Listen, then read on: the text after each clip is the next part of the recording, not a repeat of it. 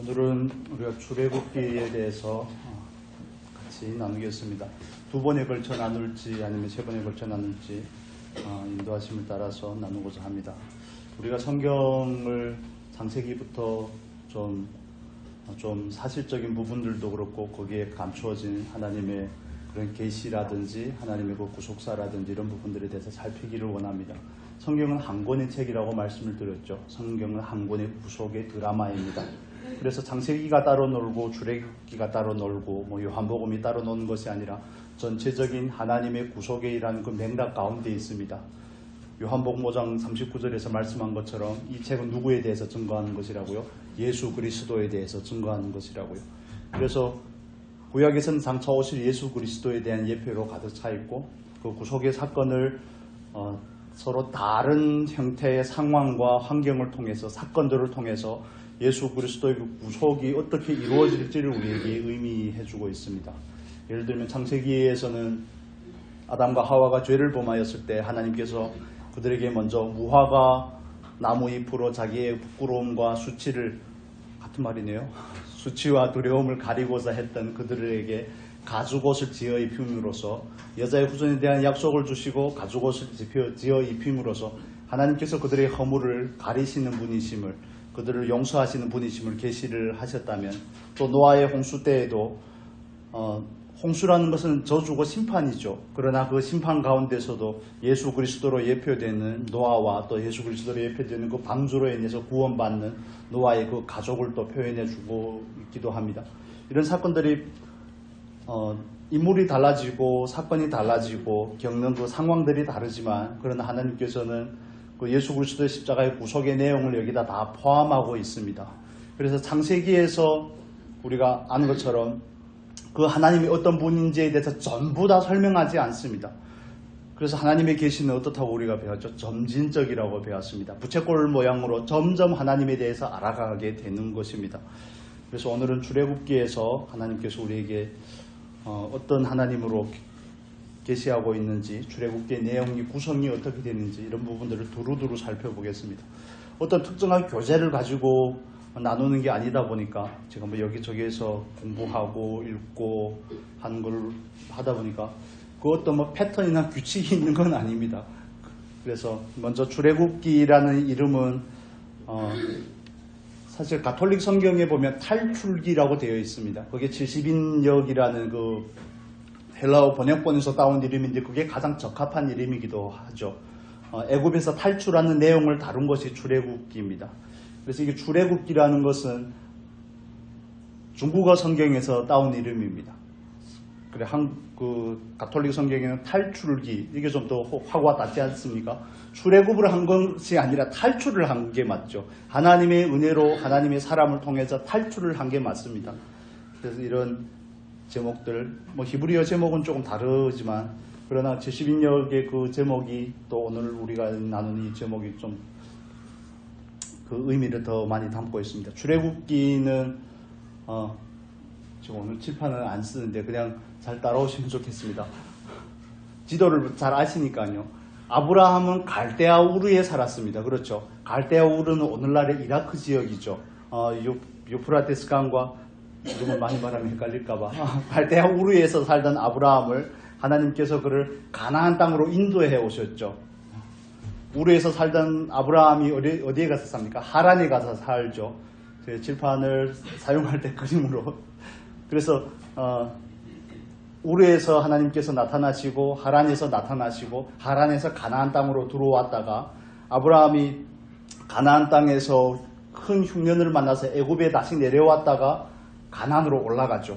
그 다음에는 쭉 가나안에서 계속 삽니다. 계속 살다가 요셉 때에 와서 요셉의 애굽의 총리가 되고 기근을 만나고 나서 그 아브라함의 자손이 큰 민족을 이루어야 되겠다는 그 하나님의 약속을 성취하기 위해서 애굽으로 내려와 있습니다. 지금 이스라엘 백성들의 애굽에 있는 상태죠.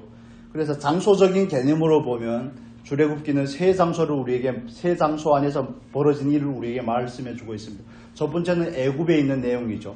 애굽을 떠나오기까지 14장 전까지 13장까지는 애굽에 있는 내용입니다. 그래서 14장에서 홍해를 건너면 어디로 들어갑니까? 광야로 들어가죠. 광야에서 또 어디로 가죠? 시내산으로 갑니다. 그리고 애굽, 광야, 시내산, 그리고 시내산에서 쭉 머무릅니다. 쭉 언제까지 머무릅니까? 민수기 11장 1절이 될 때까지. 민수기의 말씀 잠깐 볼까요? 네. 민수기의 말씀 잠깐 보겠습니다. 민수기 10장인 것 같은데 10장 11절 보겠습니다. 민수기 10장 11절 찾으셨습니까? 같이 읽겠습니다. 제2년 2월 20일에 구름이 증거막에서 떠오르매. 그러니까 이스라엘 백성들이 어디에 머무른 겁니까? 시내산에 와서 쭉 머무른 겁니다. 그래서 장소적인 개념으로 말하면 출애굽기는 애굽의 내용, 1장부터 13장까지는 애굽의 내용, 그 다음에 14장부터 19장까지는 광야에서 내용, 시내산에 도착하기까지 내용이고, 그 다음에 20장부터 마지막 40장까지 쭉 어디에서요? 시내산에서 이루어진 내용입니다. 장소적인 개념으로는 그렇고 사건별로 나누어도 그 흐름을 거의 가지고 가는데 보면 이런 부분들을 우리가 알 수 있습니다. 좀 우리 오늘 본문의 말씀도 읽지 않고 시작을 했네요. 우리 본문 말씀 읽고 다시 설명하겠습니다. 출애굽기 19장의 말씀 보겠습니다.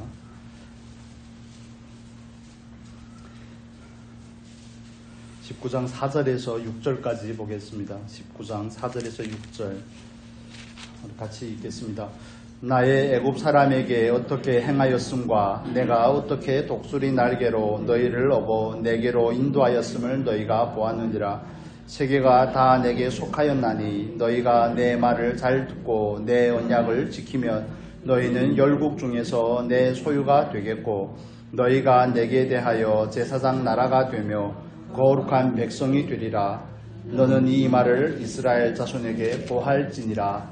아멘. 우리가 출애굽기 하면 출애굽기에서 나오는 내용이 중요하다고 생각하지만 사실 어디에서 나왔느냐도 중요하지만 어디로 가기 위해서 나왔느냐가 더 중요한 겁니다. 중요하니까 다시 반복하겠습니다. 어디로부터의 탈출이냐가 중요한 것만큼 어디를 향한 탈출이냐가 더 중요한 겁니다. 그래서 우리가 이 성경을 하나님의 언약이나 하나님의 구속이나 하나님의 그 목적 안에서 성경을 읽지 않으면 어떻게 되냐면 기복주의 신앙에 빠져들 수밖에 없습니다. 예를 들면 하나님께서 이스라엘 백성들을 애굽에서 건져낸 목적은 그들로 하나님의 세 가지를 말씀하죠. 너희는 내 소유가 되겠고 너희는 제사장 나라가 될 것이고 뭐가 된다고요? 거룩한 백성이 될 것이니 하나님은 이 목적을 위해서 그들을 하나님께서 아브라함에게 하셨던 그 약속의 성취로서 그들을 애굽에서 건져내신 겁니다. 분명한 목적을 가지고 그들을 건져낸 겁니다. 그런데 이 목적을 잊어버리면 어떻게 되냐면 예수 믿고 잘 먹고 잘 살자가 되는 겁니다. 광야에서 천국을 이루자가 되는 겁니다. 그건 분명히 잘못된 것이죠. 하나님은 세상으로 예표되는 애굽에서 그들을 건지신 것이고 마귀로 비유되는 바로의 권세에서 그들을 건지신 겁니다.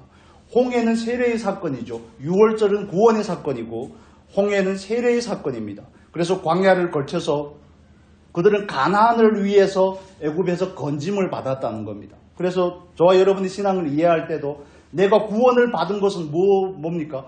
시작에 불과한 겁니다. 시작에. 그래서 하나님께서 유월절이라는 것을 출애굽기 12장에서 유월절을 그들로 경험하게 하고 나서 그들에게 이런 말씀을 하십니다. 이 말씀 잠깐 먼저 보겠습니다. 제가 두서없이 막 말씀드리는데 출애굽기 12장 2절 보겠습니다. 출애굽기 12장 2절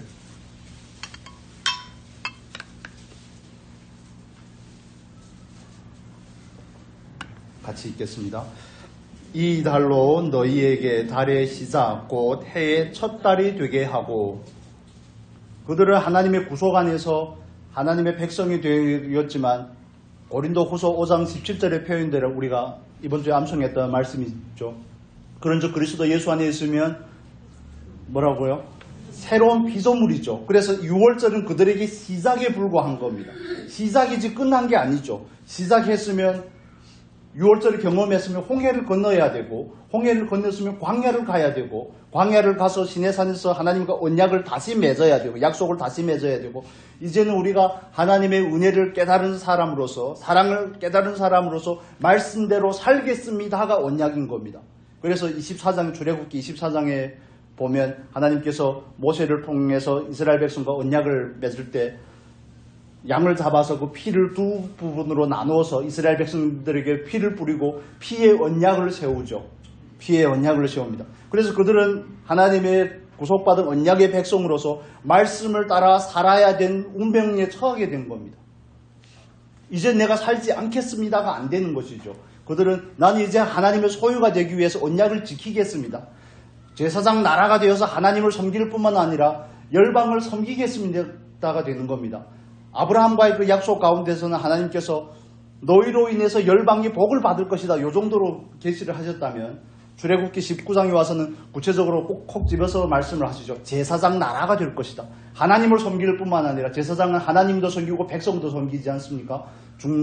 가운데서 중재자로서 그거가 제사장 나라가 될 것이며 구별된 백성이 될 것이라고 하나님께서 말씀하시죠. 그건 하나님께서 사람을 창조하실 때 그 가장 원초적인 목적을 의미하시는 겁니다. 이사야서 43장 21절에 말씀하시는 것처럼 뭐라고 그럽니까? 이 백성은 내가 나를 위하여 지었나니 너희는 나를 위해 지음받은 존재고 나를 찬송케 하기 위함이 존재의 목적이라는 겁니다. 그래서 아담으로 인해서 잃어버렸던 그 원래의 자리로 돌아가는 겁니다. 하나님의 소유로서의 그 자리, 하나님의 소유라는 건 종이 되는 것을 의미하죠. 하나님을 섬기는 그 자리, 자기가 주인이고 자기가 왕이 되어서 자기를 섬기던 그 자리에서 이제는 하나님을 섬기는 자리로 돌아가는 게 이스라엘 백성들이 해야 될 일이고, 이제는 세상 사람들과는 구별된 존재로서 살아야 되는 것이 이스라엘 백성들이 처한 운명인 것입니다. 그건 자기가 원하든 원하지 않든 하나님께서 그들에게 찾아가셔서 그들을 부르시고 그들을 택하시고 그들을 구원해내시고 그들과 약속하시고 하나님께서 그걸 주도적으로 하신 일이기 때문에 그렇습니다. 저와 여러분도 마찬가지죠. 똑같은 흐름 안에 있지 않습니까? 하나님께서 우리에게 찾아오셨습니다. 내가 나를 택한 것이 아니라 내가 너를 택하여 불렀나니 너로 하여금 많은 과일을, 많은 열매를 맺게 하려 하심이라, 이렇게 말씀을 하시죠. 그래서 하나님께서 나를 먼저 사랑하시고 나를 택해서 부른 이유가 뭡니까? 하나님의 소유가 되게 하고 하나님의 제사장의 나라가 되게 하고, 이 말씀을 베드로 사도가 베드로전서 2장 9절에서 인용을 하죠. 우리 한번 같이 보겠습니다. 2장 9절. 거의 똑같은데 베드로전서 2장 9절의 말씀입니다.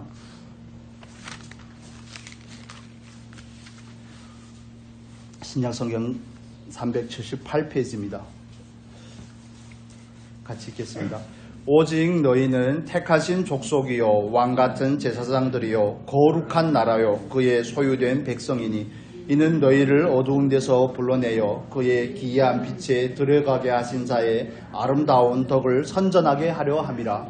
예, 출애굽기에 나오는 그 표현이 반복이 되기도 하고 그것보다 좀 더 확장된 부분이 있죠. 그래서 그의 소유가 되고 왕같은 제사장이고 거룩한 나라가 되고 하는 이 모든 목적은 뭐라고요? 너희를 어두운 데서 인도하여 내어 기이한 빛에 들어가게 하신 이의 영광. 수식어가 너무 많은데 하나님의 영광을 위해 살게끔 하기 위해서 너를 불렀다는 겁니다. 그래서 애굽에서의 탈출이 목적이 아닙니다. 탈출은 무엇을 위해서 있습니까? 하나님께 영광이 되는 삶을 위해서 있는 겁니다. 이스라엘 백성들이 애굽에서 나왔다고 해서 하나님께 영광이 되는 삶을 삽니까? 못 삽니까? 홍해를 건널 때 해야 좋죠. 일일이라고 나올 뻔했는데 막 니나노하고 찬양을 하고 하나님의 이름을 높이지만 3일이 지나서 먹을 물이 없으니 마실 물이 없으니까 바로 하나님을 향해서 원망을 하고 불평을 하고 떡을 내놓으라 고기를 내놓으라 이렇게 하는 거 아니겠습니까? 그래서 하나님께서 이스라엘 백성들을 애굽에서 구원해내신 목적이 그들로 하나님의 소유가 되고 제사장 나라가 되게 하고 거룩한 백성이 된 구별된 삶, 하나님의 영광을 위한 삶, 하나님을 섬기는 삶으로 부름을, 그걸 목적으로 해서 그들을 불렀다는 거죠. 부름은 한 과정이고 이렇게 살아내야 될 그 자리가 그 부름의 목적이라는 겁니다. 그래서 그리스도인으로서 우리가 이걸 이해하지 못하면 내가 구원을 받고 나서 자꾸 세상 것을 하나님 앞에 구하죠. 이스라엘 백성들과 마찬가지인 겁니다. 광야를 어떻게 하든지 천국으로 만들어 보겠다는 거 아닙니까? 기복주의 사상이 그거거든요. 어떻게 하든지 광야에서 복을 누려보겠다는 겁니다. 광야에서 잘 먹고 잘 살고 자꾸 애굽을 추억하고, 그런데 하나님의 기대는 전혀 다르죠. 하나님은 이스라엘 백성들에게 애굽에서 나왔으면 이제는 네가 아니라 너의 안에 있는 애굽을 버리는 연습을 좀 하라고.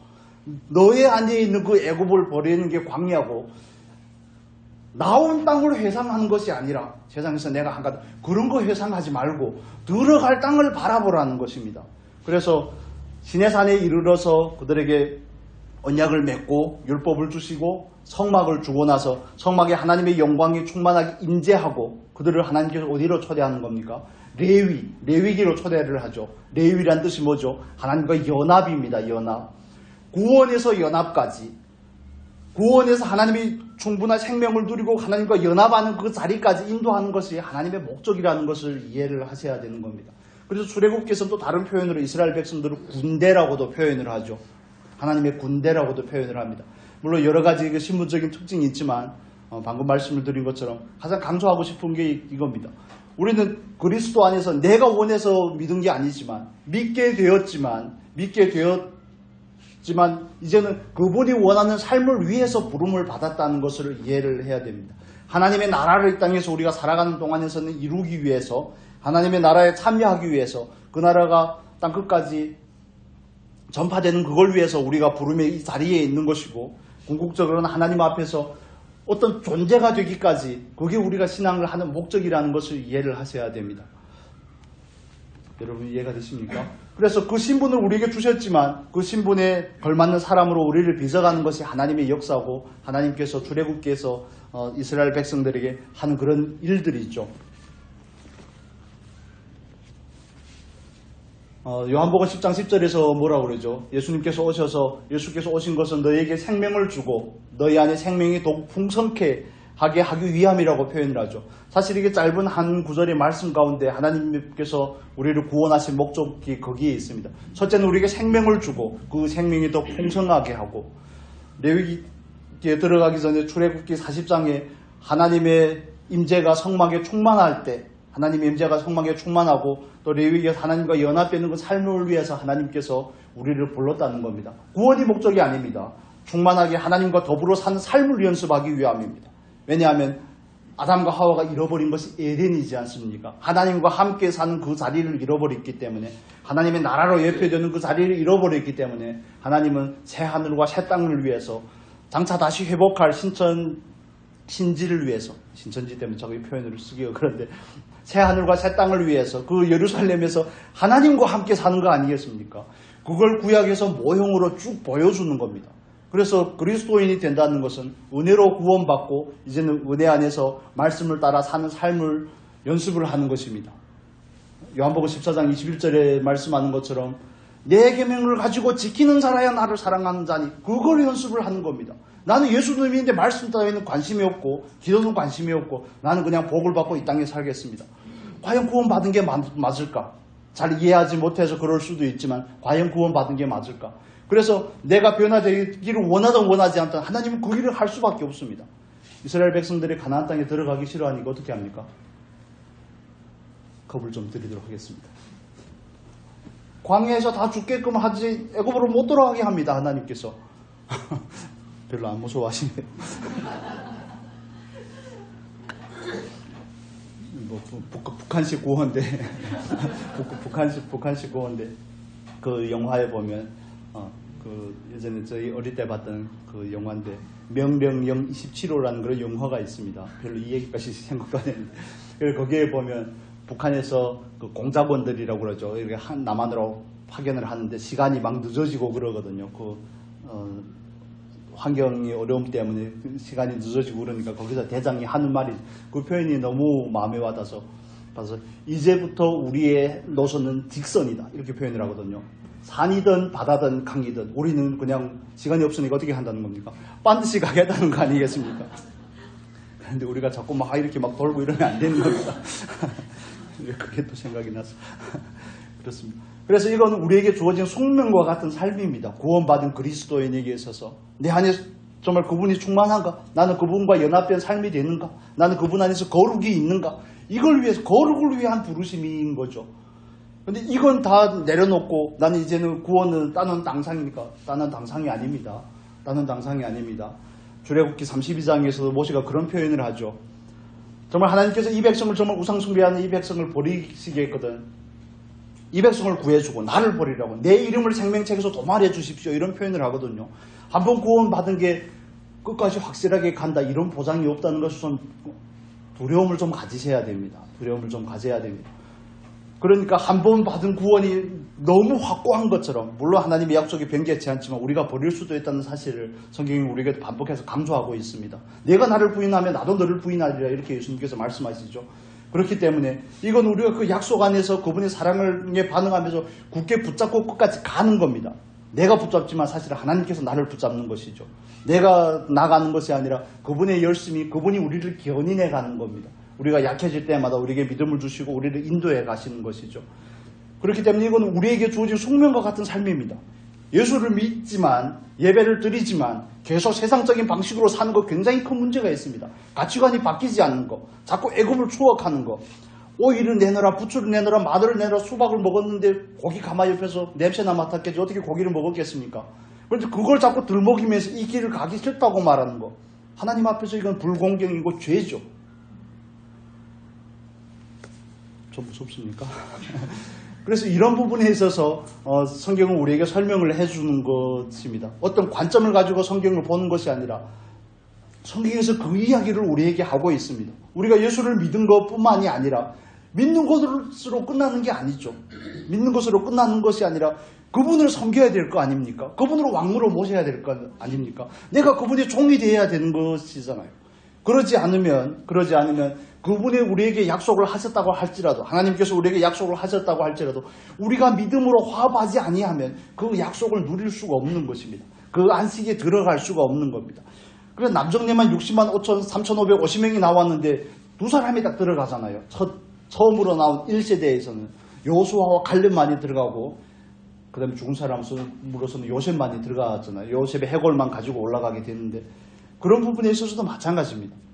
그래서 우리에게는 숙명과 같은 삶이 주어졌음을 이해할 필요가 있습니다. 그래서 예수 믿는 것은 단순하게 예배드리고 말씀 읽고 기도하고 내 소원을 하나님께 아뢰고 여기서 머무는 것이 아닙니다. 존재가 바뀌어야 되는 것입니다. 무조건 성장해야 되는 것입니다.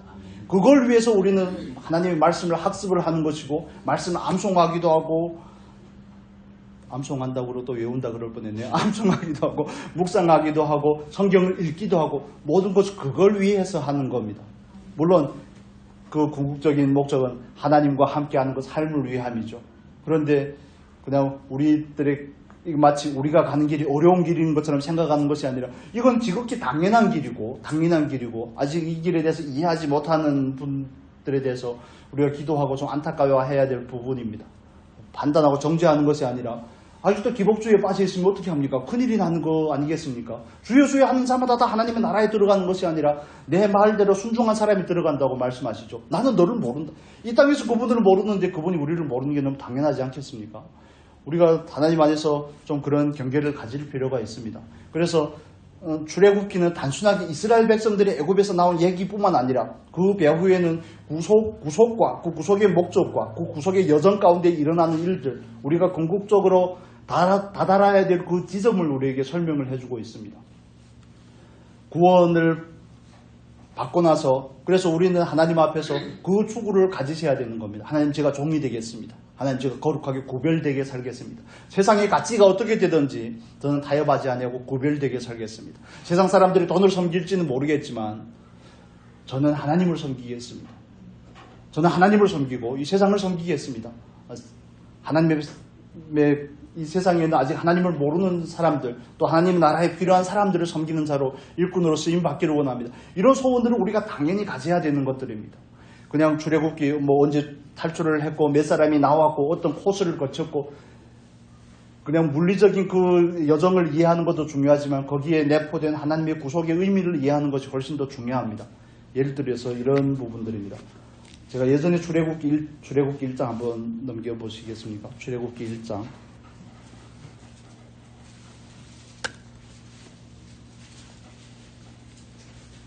출애굽기 1장 20절, 21절의 말씀 같이 보겠습니다. 20절, 21절 같이 읽겠습니다. 하나님이 그 산파들에게 은혜를 베푸시니라. 백성은 강대하며 산파는 하나님을 경외하였으므로 하나님이 그들의 집을 왕성케 하신지라. 제가 그냥 처음에 모를 때에는 처음에 하나님께서 왜 이스라엘 백성들을 구원을 하는지, 하나님께서 이스라엘 백성들을 구원하기 전에 어떤 일들이 있었는지, 이건 약속의 성취라는 것을 모르고 이 구절을 볼 때에는 이렇게 봤습니다. 아, 그래 나도 하나님 산파들처럼 하나님을 경외하는 사람이 되어야 되겠구나. 그러면 그것으로 인해서 뭐가 주어지죠? 하나님의 그들의 집을 왕성케 하신지라. 그렇습니다. 하나님, 제가 왕성케 되어야 되겠으니 하나님을 경외하겠습니다. 경외가 됩니까? 안 되죠. 경외 얼마나 좋겠습니까? 경외가 안 된다니까요. 그분을 모르는데 어떻게 경외가 되겠습니까? 그분을 어떻게 그분에 대해서 알지도 못하는데 어떻게 그분을 정말 그 앞에서 두렵고 떨림으로 살아갈 수가 있겠습니까? 그래서 사실 하나님께서 이스라엘 백성들을 구속하는 그 가장 역사적으로 어두운 그 순간에 경건한 두 산파가 하나님 앞에 쓰임을 받아서 하나님의 그 구속의 역사에 그 언약의 성취의 도구로 쓰임을 받은 거잖아요.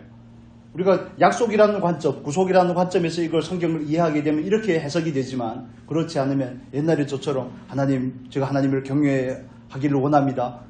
경외가 목적이 아니고 뭐가 목적입니까? 그 뒤에 콩고물이 목적이죠. 집을 왕성케 해주십시오. 하나님의 나라와 하나님의 의를 구하는 게 목적이 아니라 부가적으로 내가 모든 것을 너에게 더해주리라는 그 더해주리라의 목적이 있는 겁니다. 이게 기복신앙인 겁니다. 하나님의 목적이 되어야 되는데 그분의 목적이 내 목적이 되어야 되고 그분의 약속이 성취되는 것이 내가 가장 원하는 것이 물론 과정이 필요하죠. 그렇지만 그게 안 되면 우리는 그냥 이건 문자적으로 접근을 해서 어떻게 하나님으로부터 뭔가를 얻어낼까? 여기에 관심이 있을 수밖에 없습니다. 사실 이스라엘 백성들에게 바로가 이스라엘 백성들을 핍박하는 거, 이스라엘 백성들이 경험하는 입장에서는 굉장히 고달픈 일이죠. 힘든 일은 맞지만, 그러나 그건 오전 예배 시간에 나눴던 것처럼 뭡니까? 약속이 이루어지는 거죠. 이루어지는 그 과정이죠. 그래서 우리는 정말 하나님이 그 하시는 일에 대해서 정말 눈꼽만치도 모르는 것 같아요. 모를 때가 너무 많습니다. 우리는 외모로 판단을 하거든요. 상황을 자기가 분석을 하려고 합니다. 하나님께 그 이유가 뭔지 묻지도 않고. 그래서 그분이 하시는 일은 그분은 그분 뜻대로만 합니다. 하나님은 하나님의 뜻대로 합니다. 그래서 정말 가장 어리석은 노력이 그분을 설득하려고 하는 것입니다. 하나님을 내 뜻대로 맞추고자 하는 것이 가장 어리석은 그런 노력들이죠. 그래서 하나님께서 이스라엘 백성들의 가장 역사적으로 어둡고 힘든 그 순간을 경험하게 하는 것은 하나님의 그들에게 주는 진정한 자유와 여명을 주기 위한 한 과정이죠. 약속을 이루는 그 과정 가운데서 이 두 산파가 쓰임을 받는 것이 아니겠습니까? 그래서 우리가 이런 시각을 가지고 보면 하나님 그렇습니다. 저도 하나님 앞에 하나님을 경외하는 사람으로서 그 어떤 상황 가운데서도 하나님의 언약을 이루는 데 쓰임을 받기를 원합니다. 이렇게 기도가 바뀌게 되는 겁니다. 왕성하게 됩니다가 목적이 아니라, 사실 하나님께서 바로를 통해 이스라엘 백성에게 고난을 주는 것은 그들에게 있어서 뭡니까? 은혜입니다. 정말 죄송하지만 그들이 들으면 저를 욕할지는 모르겠지만 은혜죠. 2장 가보겠습니다. 2장 23절 24절 같이 읽겠습니다. 여러 해 후에 애굽 왕은 죽었고 이스라엘 자손은 고역으로 인하여 탄식하며 부르짖으니 그 고역으로 인하여 부르짖는 소리가 하나님께 상달한지라. 하나님이 그 고통 소리를 들으시고 아브라함과 이삭과 야곱에게 세운 그 언약을 기억하사 이스라엘 자손을 권념하셨더라. 사실 하나님의 약속을 한 번도 잊으신 적이 없습니다. 그런데 이스라엘 백성들이 그 땅에서 살다 보니 애굽의 문화에 익숙하게 되고 그런 과정 가운데서 하나님께서 아브라함에게 했던 그 약속을 이루시기 위해서 그들이 요셉을 알지 못하는 왕으로부터 고난을 받게 하고 그 고난 가운데서 하나님을 바라보면서 부르짖게 하고 그 부르짖음이 하나님 앞에 상달이 되게 하고 하나님께서 그들을 그 언약을 기억하시고 그들을 권념하셔서 구원해 주시기로 하신 것이 아니겠습니까? 그래서 이걸 우리가 또 기도의 순서라고 배웠죠. 순서가 이렇게 되는 것입니다. 그래서 우리가 때로는 겪는 그 어려움들이 그냥 어려움만이 아니고 하나님 앞에 나아가 그분을 구하는 기회라는 사실을 우리가 다르게 볼 수 있기를 바랍니다. 우리가 좋아하는 말씀 로마서 8장 28절이죠. 하나님을 사랑하는 자고 그 뜻대로 부르심을 받은 자들에게는 모든 일에 합력하여 선을 이루는데 그 선이 내가 원하는 게 아니죠. 내가 원하는 굿이 아닙니다. 그것은 내가 원하는 선이 아니라 하나님의 뜻이 이루어지는 거죠. 하나님의 뜻이 이루어지는 거. 그래서 우리가 똑같은 성경을 보지만 어떤 시각을 가지고 보는지에 따라서 전혀 얻어내는 것이 전혀 다릅니다. 그래서 우리가 하나님의 목적이나 하나님의 그 계획하심, 그 하나님의 언약이라는 구속이라는 그 틀 안에서 성경을 볼 수 있는 그런 안목들이 다 열릴 수 있기를 예수님의 이름으로 축복합니다. 그래서 이건 굉장히 중요한 부분이죠. 오전에 많이 나눴기 때문에. 그래서 하나님께서는 하나님의 때에 모세에게 찾아갑니다. 모세의 그 나이를 40 이렇게 나누는데 거기서 스데반의 설교 가운데서 때가 참회할 때 그 찾았다는 것은 이제는 더 이상 미룰 수 없다는 것을 말하는 겁니다. 하나님의 때에 충만하다는 뜻을 말합니다. 갈라디아서 4장 4절 보겠습니다. 갈라디아서 4장 4절 같이 읽겠습니다. 때가 참에 하나님이 그 아들을 보내사 여자에게 나게 하시고 율법 아래 나게 하신 것을 5절도 읽겠습니다. 율법 아래 있는 자들을 속량하시고 우리로 아들의 명분을 얻게 하려 하심이라. 이 표현이 오전에도 말씀드렸던 것은 마가복음 1장 15절에도 똑같은 표현이죠. 때가 참에. 그래서 모세는 자기가 40 됐을 때는 이제는 쓰임받을 수 있다고 여겼지만 그러나 하나님께서는 그 때를 기다리시는 거죠. 하나님께서 모세를 쓰기에 합당한 때가 되었을 때 하나님께서는 장인의 양을 치고 있는 모세에게 찾아가죠. 호렙에 찾아갑니다. 그래서 그 모세를 부르시는데 우리가 여기에서 살펴봐야 될 부분은 하나님의 일은 하나님이 이루시는 겁니다. 여러분 이해가 되십니까? 하나님의 뜻은 하나님이 이루시는 겁니다. 자꾸 사람을 너무 미화하고 신격화하는 그런 신앙들이 정말 위험한 겁니다. 그 누구도 함부로 높이고 해서는 안 됩니다. 하나님만이 높임을 받으셔야 되죠. 모세가 아니면 하나님은 다른 사람을 통해서 일하실 수 있는 분이라는 것을 이해하면 좋겠습니다. 제가 여러분에게 우스갯처럼 말씀을 드렸지만 제가 섬기던 교회가 북경에 있을 때 그랬습니다. 제가 섬기던 교회가 내가 여기서 사임하고 나가면 잘 안 될 것처럼 그렇게 생각을 했는데 내가 나오고 나서 훨씬 잘 됐습니다. 배가 아프더만요.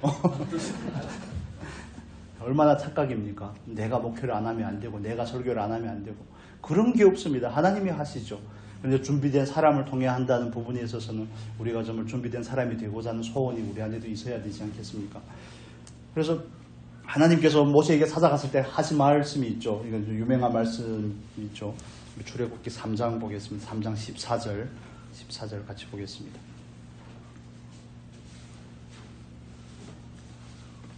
자꾸 갔다 왔다 해서 같이 읽겠습니다.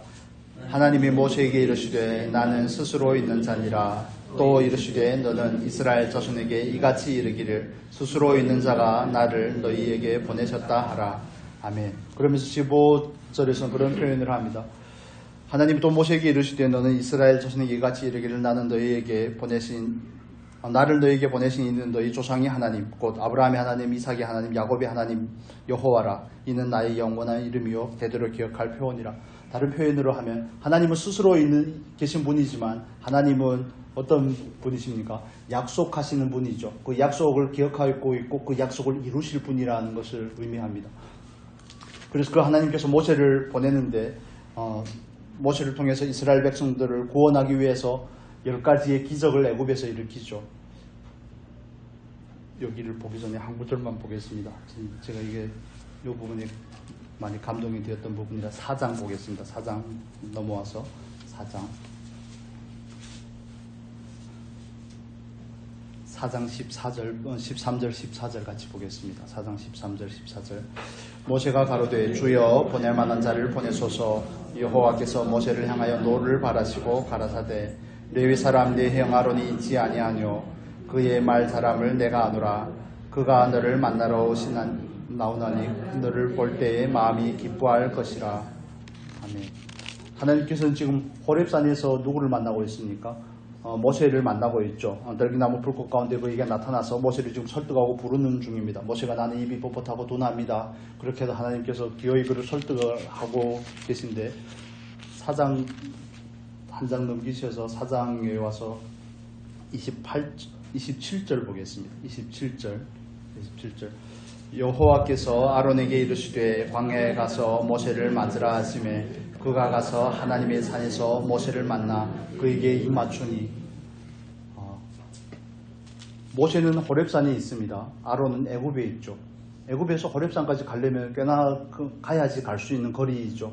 그런데 하나님께서는 양쪽에 동시에 말할 수 있는 하나님이시라는 거 아니겠습니까? 예비하시는 하나님입니다. 하나님께서 그 일을 이루시기 위해서 한편으로는 모세에게 말씀하시면서 한편으로는 애굽에 있는 아론에게 말씀하시면 네가 이제는 호렙으로 가서 거기서 둘이 만나라는 거 아니겠습니까?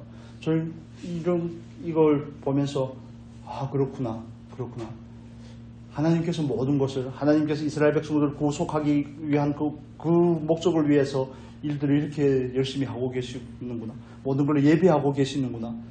좀 소름이 막 돋죠. 우리는 제 아까 힘도 잘 못하고 잘 헤아리지 못하는데, 그래서 우리가 함부로 얘기하면 정말 위험한 부분이 있습니다. 이게 하나님의 뜻이야 이렇게 말하는 건 정말 위험합니다. 왜냐하면 우리가 볼 수 있는 게 너무 한계가 있기 때문에 그렇죠. 하나님께서 아론을 먼저 다 설득을 해놓고 모세에게 찾아와서 말하는 거 아니겠습니까? 네 형 아론이 있지 않냐?